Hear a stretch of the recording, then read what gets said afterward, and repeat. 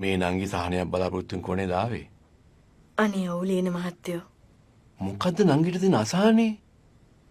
ඇත්තම කියනවා නම් ලියන මහත්තයෝ. මගේ මිනිහ නැති වෙච්ච දවසේ ඉඳලා අර දරුවෝ තුන් දෙනාත් හදාගෙන හරිම අමාරුවෙන් තමයි ජීවත් වෙන්නේ. මිනිහ ඇති වෙලා කොච්චර කල් වෙනවද? දැන් අවුරුදු 8ක් වෙනවා. එතකොට දරුවන්ගේ වයස එහෙම? ලොකු දුවට අවුරුදු 12යි. මධ්‍යමයට 10යි. බාලයට අවුරුදු 2යි. ඈ? බාලට කීයද කිව්වේ? තාම අවුරුදු 2යි මහත්තයෝ. මිනිහා මැරිලා අවුරුදු 8ක් වෙනව කොනේද? හරියට මටයි.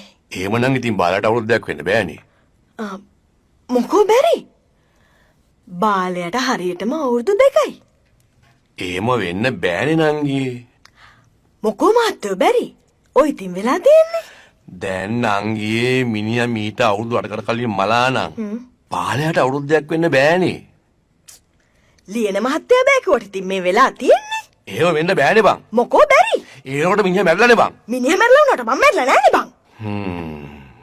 කාලවරෙන් මඩුමාළු කිව්වලු. ඒකත් ඇත්තනේ.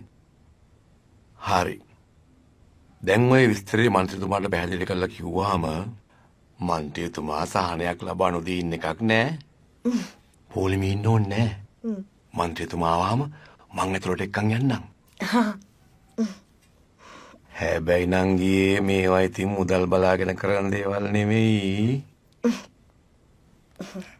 ලියන මහත්තයාට ඉතින් ඕනම වෙලාවක අපේ ගේ දොර ඇරලා. සිරියමේ සාරා